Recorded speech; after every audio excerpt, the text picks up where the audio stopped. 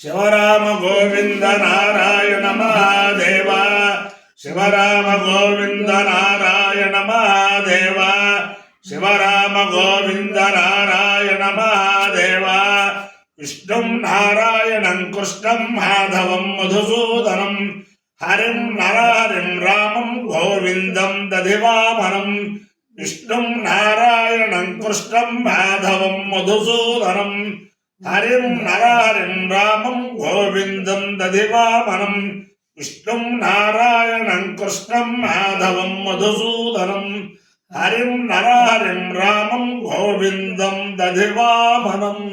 సనాతన పద్ధతిలో ఈరోజు జన్మదినోత్సవం జరుపుకుంటున్న 50 మందికి, సనాతన పద్ధతిలో ఈరోజు వివాహ వార్షికోత్సవం జరుపుకుంటున్న 50 మందికి, రోహిణీ నక్షత్రంలో జన్మించిన 50 మందికి అనేక వేదోక్త ఆశీర్వచనంలో శుభాభినందనలు.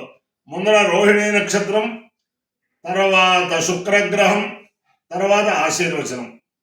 ఈ రోహిణీ నక్షత్రం సాక్షాత్తు జగద్గురు కృష్ణమూర్తి నక్షత్రం, కృష్ణ భగవాన్ నక్షత్రం.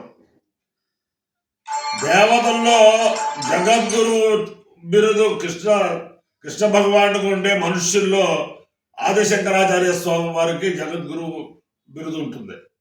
ఆ ఉభయలో కూడా అందరినీ రక్షించాలని చెప్పి ఆకాంక్షిస్తూ ఇటు పురోహితులకి వేద పండితులకి, అలాగే వేద పండితుల తాలూకు వారికి ఒక మనవి చేస్తున్నాను.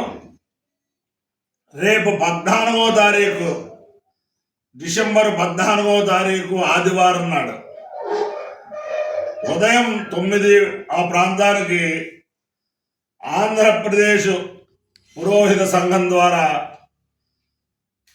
ప్రతి సంవత్సరం దేశంలో, రాష్ట్రంలో అనేక చోట్ల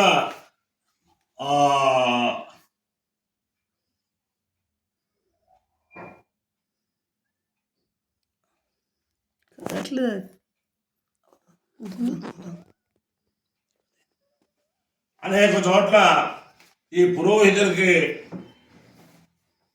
పరీక్షలు పెట్టి అందరికి కూడా పట్టాలు ఇవ్వటం.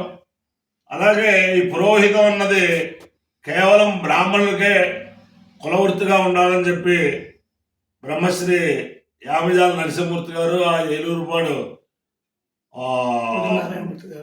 పూజల నారాయణమూర్తి గారు మొత్తం అన్ని బాగా చేస్తూ ఉంటారు. నన్ను కూడా ఒకప్పుడు కలుపుకుంటూ ఉంటారు. నేను ఈ వేద పండితుల విషయాలు, ఈ తిరుపతి దేవస్థానం తాలూకు అభివృద్ధి విషయాల్లో వాళ్ళని కలుపుకుంటూ ఉంటాం. అది అన్యోన్యంగా నడుస్తూ ఉంటుంది. ఈ పురోహిత సంఘాల్లో పశ్చిమ గోదావరి జిల్లాకి నన్ను అధ్యక్షుడిగా పెట్టి మా మొక్కలారు వారి కోశాధికారిగా పెట్టారు. ఇదంతా నడుస్తూ ఇవన్నీ కూడా రేపు ఆదివారం నాడు పొద్దున్న 9ంటికి అక్కడ పురోహితులందరికీ కూడా పరీక్షలు, పట్టా ప్రదానాలు ఆదివారం, సోమవారం అది జరుగుతూ ఉంటుంది. ఇదివరకు రేణిగుంటలో జరిగింది, కడపలో జరిగింది, భీమవరంలో జరిగింది, విజయవాడలో జరిగింది, అన్నవరంలో జరిగింది. అది అందరికీ తెలుసున్నదే. ముఖ్యమైన విషయం ఏమిటంటే, మహర్షి మహేష్ యోగి గారు మన ప్రపంచంలో అనేక స్థలాల్లో యోగాభ్యాస కేంద్రాలు ప్రారంభించారు. ఇక్కడ ఇదివరకు పశ్చిమ గోదావరి జిల్లాలో వాడపల్లిలో ప్రారంభించారు. అప్పట్లో వేద పాఠశాల అది పెట్టారు. అదంతా నడుస్తోంది, కొంత అయింది, ఏదో మొత్తం అవుతోంది. ప్రస్తుతం ఆయన తాలూకు శిష్యులు ఎవరో మారిషస్లో ఉన్నారు. వారు ఆంధ్రదేశంలో ఒక పవిత్రమైన స్థలంలో యోగానుష్ఠాన కేంద్రం ప్రారంభించాలని చెప్పి ఆయన శిష్యులైన మహారాజశ్రీ భీమవరం ఉద్దరాజు కాశీ విశ్వనాథరాజు గారు, ఆయన ఒక చైతన్యమూర్తి, అపరకోటీశ్వరుడు. ఆ భీమవరంలో ఆధ్యాత్మిక చక్రవర్తులు ఇద్దరు, ఒకటి ఉద్దరాజు కాశీ విశ్వనాథరాజు గారు, అలాగే కొత్తపల్లి కోదన్న గాంధీరాజు గారు. ఆయన శృంగేరి వారికి ఆయన పర్యటనలో అప్పుడు ఎంత చేశారో అంతులేదో. ఈయన కూడా ఈ భగవద్గీత ఆయన కుప్ప విశ్వనాథరాజు గారిని భీమవరం రప్పిస్తూ ఉండడం, గరికమాడు రప్పిస్తూ ఉండడం, చాగండ వారిని రప్పిస్తూ ఉండడం. అలా మొత్తం అనేక మంది పెద్ద పెద్ద వాళ్ళందరినీ కూడా భీమవరం రప్పించి ఆధ్యాత్మిక చైతన్యం చేస్తూ ఉంటారు. అనేక సంస్థలకి భూరి విరాళాలు ఇస్తూ ఉంటారు. నిరుడు సంవత్సరం మా పురోహిత సంఘం పరీక్షలో పెట్టుకోవాలంటే వారి ఆనంద ఇన్ కళ్యాణ మండపం ఉచితంగా ఇచ్చారు. అవన్నీ ఆయన మహేష్ యోగి గారి శిష్యులైతే ఆయన దగ్గరికి విషయం వస్తే సరిగ్గా సాగర సంగమ గోదావరి వృద్ధ గౌతమి సాగర సంగమ కేంద్రం ఒకటి ఉంది అమలాపురం దగ్గర, ఎక్కడో లోపల. అమలాపురానికి 20 కిలోమీటర్ల దూరంలో అక్కడ బ్రహ్మాండమైన గెస్ట్ హౌస్లు నిర్మించి అక్కడ యోగానుష్ఠానం ఇది కడదామని చెప్పి ప్రారంభించి అదంతా చేస్తున్నారు. రేపు ఆదివారం నాడు ఎక్కడో అక్కడ ఏదో సంస్థలో వేద పండితుడిగా పట్టా ఉన్న వాళ్ళకి రేపు ఆదివారం నాడు పరీక్షలు నిర్వహించి ఆ సెలెక్ట్ అయిన వాళ్ళందరినీ కూడా మరునాడు కారుల్లో ఆ అమలాపురం అక్కడ తీసుకెళ్ళి అదంతా చూపించి మళ్ళీ రాత్రి మళ్ళీ కొవ్వూరు వచ్చేస్తారు. ఆ మరునాడు వారికి నియామపత్రాలు అదంతా కూడా చేస్తున్నారు. అందుచేతను ఇటీవల తిరుపతి దేవస్థానం వారు కూడా ఈ పారాయణ పోస్టులకి ఇంటర్వ్యూలు అవన్నీ పెట్టారు.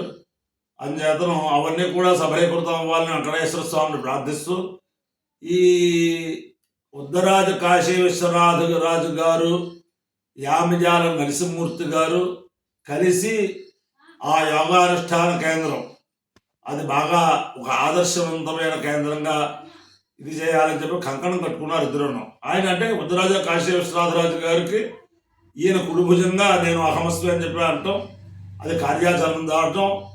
అప్పుడే 50 మందికి నెలకి 20,000 30,000 వాళ్ళ కేడర్లు బట్టి ఘనపాటీలు క్రమపాటీలు అలాగే పూర్తయి ఆవృత్తి చెప్పుకునే వాళ్ళందరికీ కూడా 3 రకాలుగా వాళ్ళు ఆ మహేష్ యోగి వారు శాంక్షన్ చేసేసారు.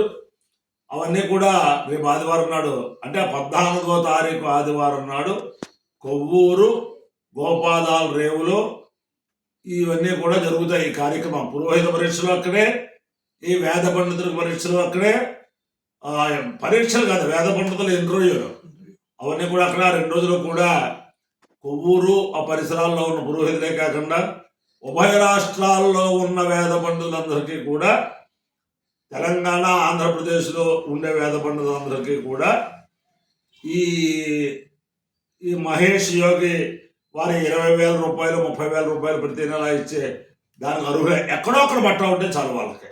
అందుచేత అందరూ కూడా ఈ విషయాన్ని సద్వినియోగం చేసుకుని పురోహితులందరూ మామూలుగా పురోహితులు పరీక్ష రావడం పట్టాలు పొందడం అది మామూలు ప్రతి సంవత్సరం జరుగుతూ ఉన్నది.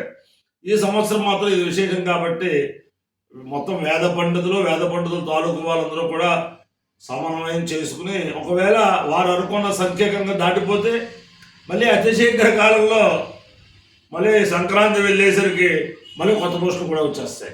ఎంతమంది వస్తే అంతమంది 500-600 మంది దాకా మనకు ఛాన్స్ ఉందన్నమాట అక్కడ. అందుచేత అందరూ కూడా ఆ 14వ తారీఖు ఉదయం 9-10 గోపాదాల రేవులో వచ్చేస్తే అందరికీ భోజనం వసతులు అన్నీ కూడా వాళ్ళు లక్ష్మీ గణపతి పురోహిత సంఘం అక్కడ కొవ్వూరులో ఉంటుంది. దానికి మా పశ్చిమ గోదావరి జిల్లా పురోహిత సంఘం కూడా తోడ్పాటుగా ఉంటుంది. అదే ఇవన్నీ కూడా జరుగుతాయి కాబట్టి అందరూ కూడా డిసెంబర్ 14, 15 కొవ్వూరు అని అనుకోండి. నమ పార్వతీపదయే హర హర మహాదేవ. రోహిణి నక్షత్రం. ఓం ప్రజాపతే రోహిణే వేదభక్తే విశ్వరూపా బృహతే చిత్రభాలో సాలో ఇత్యస్య సువితే దదాతు యథా జీవేమ శరదస్య వీరా రోహిణీ దేవజనగాత్ పురస్తాత్ విశ్వభూతాని ప్రతిమోదమాలా ప్రజాపతిగం అభినామహిదయంతి ప్రియా దేవాలాపయాతు యజ్ఞం. ఓం ప్రజాపతి ప్రజాసుదాదా స్వాసుట్టా పరాతిరాయన్మతాజాగుణోహిణీమభ్యధ్యాయదుసో కామేదాపమావర్తేద సమేనయా గచ్చేతి సేదం ప్రజాపతే రోహిణీ జరుణ్యరుదో వై సాతోపావర్తద సమేనయా గచ్చదాపహవాయనం ప్రియమావర్తదే సంప్రియేణ గచ్చతే ఏతేన విజాయతి దేవదేవం వేదా సోత్రజోహతే ప్రజాపతే స్వాహ రోహిణ్యై స్వాహ రోచమానా